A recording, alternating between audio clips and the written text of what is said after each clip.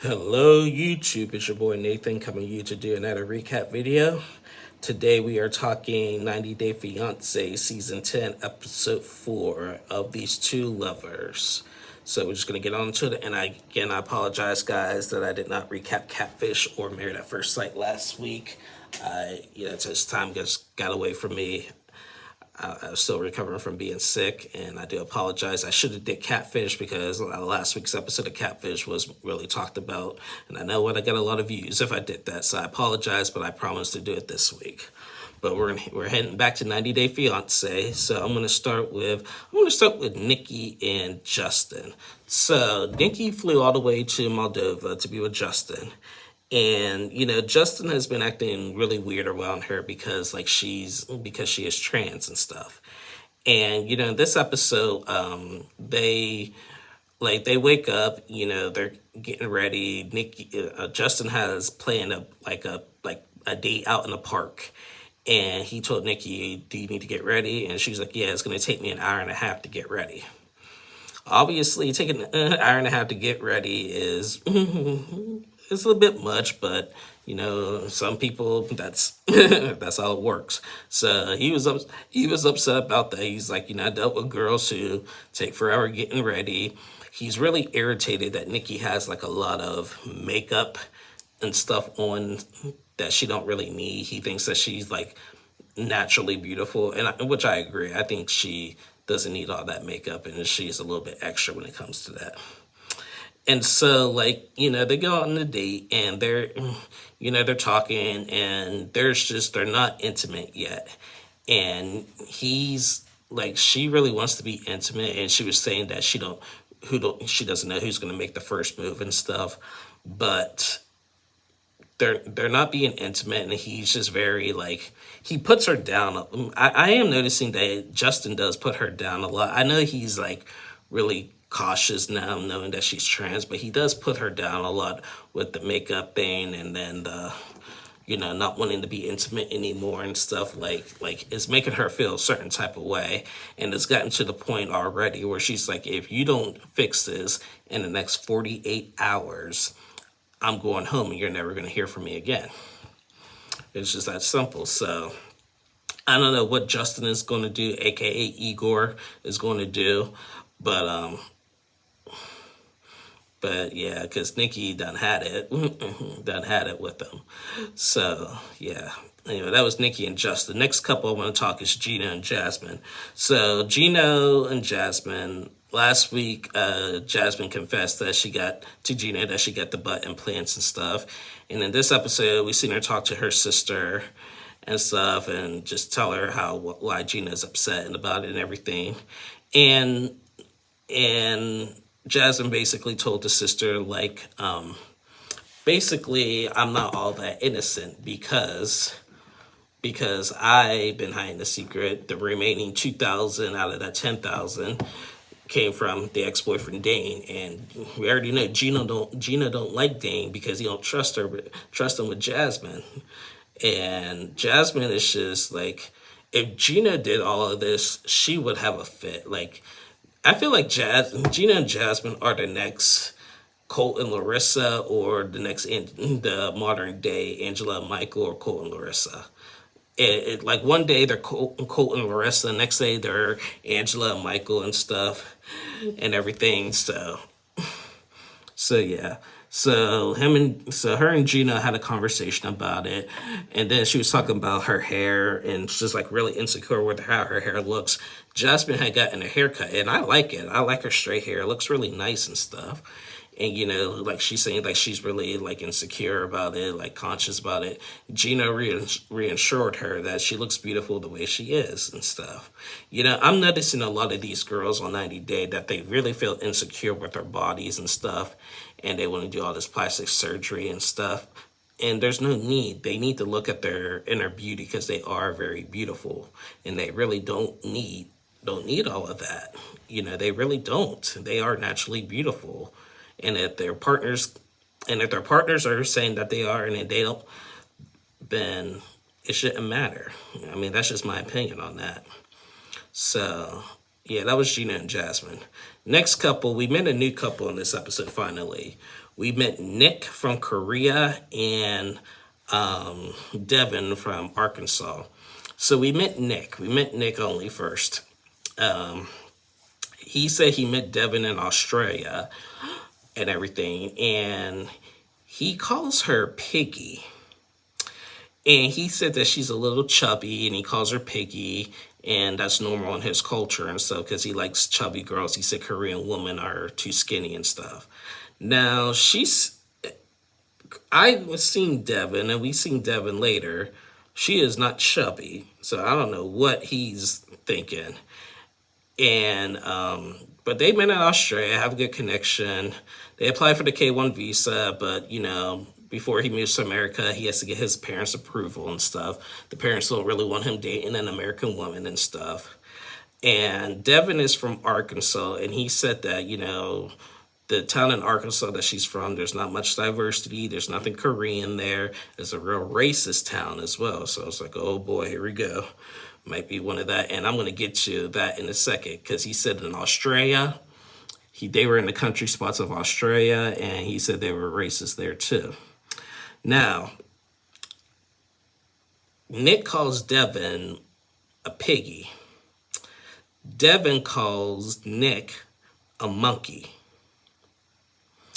I take full offense to that. I do not like people calling each other monkeys because, one, we don't look like monkeys. Two, he doesn't look like a monkey. 3, she doesn't look like a piggy. And 4, that is a really derogatory, and it's like, that's like the nicer way of putting a racial slur on it. I've been called a monkey before, and it irritated me. I met a girl online a couple years ago, and I just said, hello, my name is Ethan, how you doing? And she automatically responded with, not interested. And I was just like, I'm sorry, you're lost, but good luck to you. And then she was like, your poor little man. Then she described what she wanted out of the man and said I wasn't none of those after that, and then told me to go to hell, you monkey. So I take offense to that. So I do not know why Devin calls Nick monkey. And it is really derogatory and whatever. Anyway, they met at the airport. She's coming to Korea to get the blessing from the parents. Nick gives her a piggy stuffed animal, and she was just like, I'm not even offended by it no more. But once we get to America, that's offensive and stuff. He's like, I'm just me. Just saying. Yeah. Anyway, that was Nick and Devin.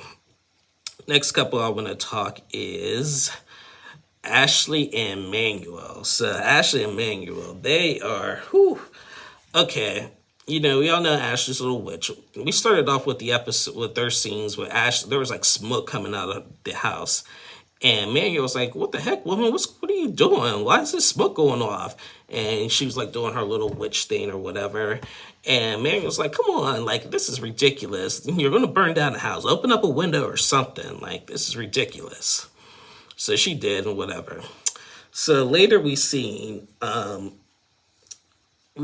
have this conversation, and it kind of got really intense. Apparently, Manuel has a phone. He has an Ecuadorian phone, but he's not getting on the internet that well with it.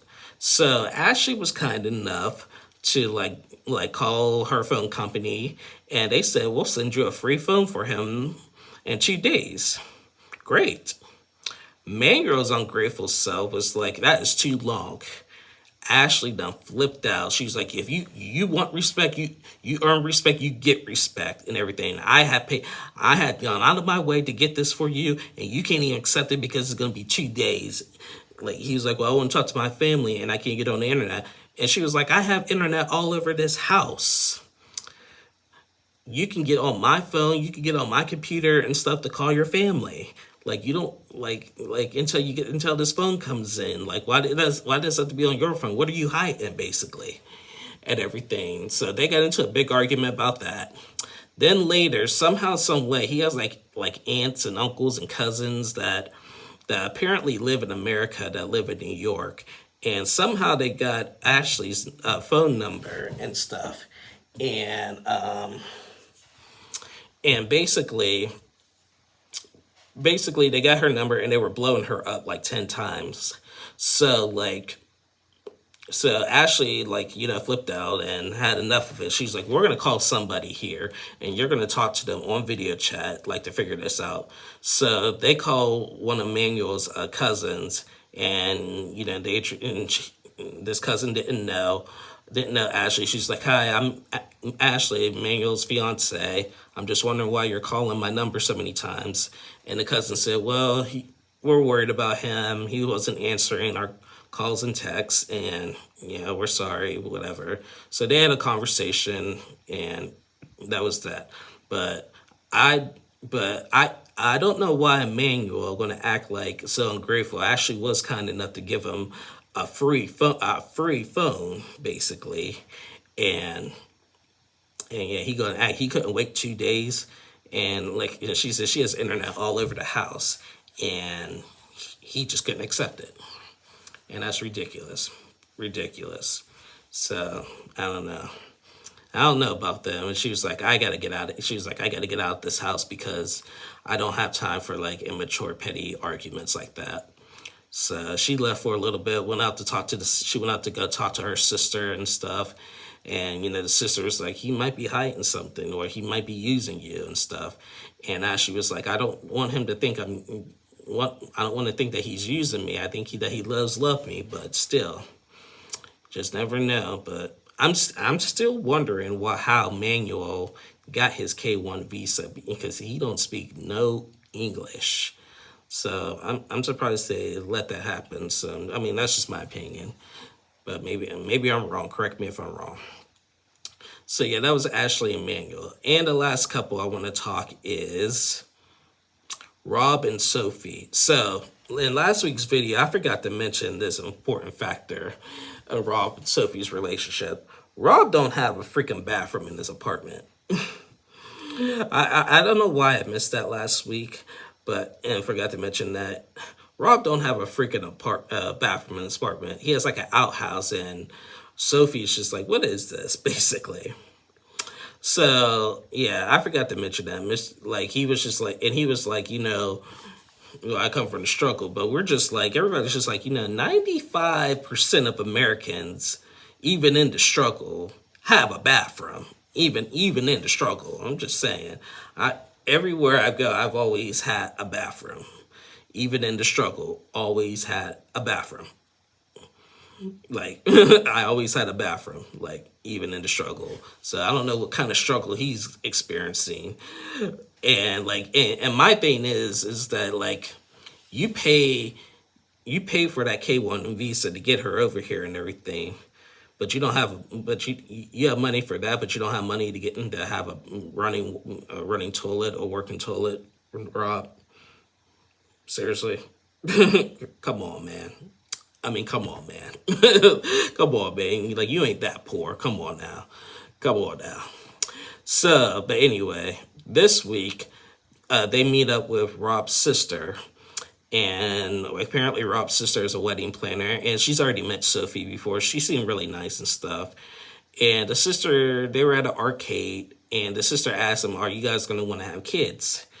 And Rob wants to have kids, but Sophie don't. Sophie said that,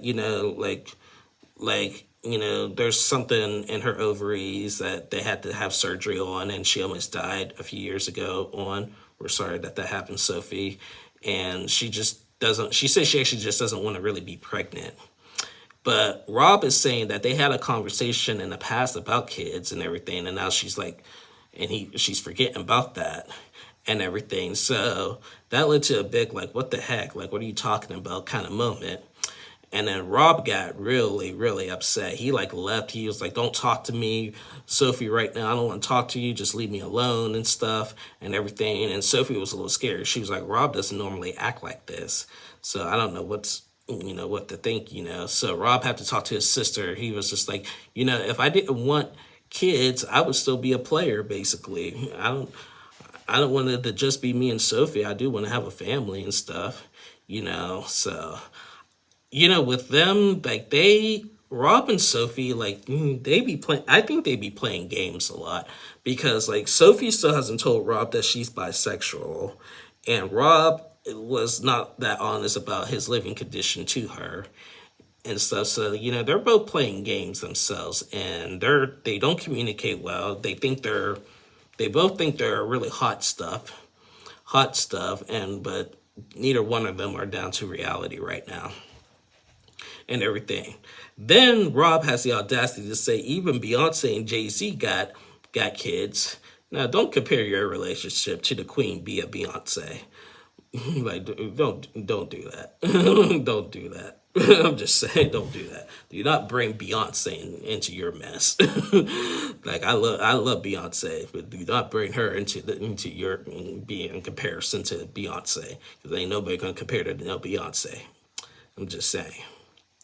So yeah, he's upset. Sophie's just like walking around wondering what's going on. She's worried, and like and they get back to the apartment, and he's like, I'm going for a walk and I'm taking the dog with me. So he left. He's still in a bad mood, and Sophie's just wondering why.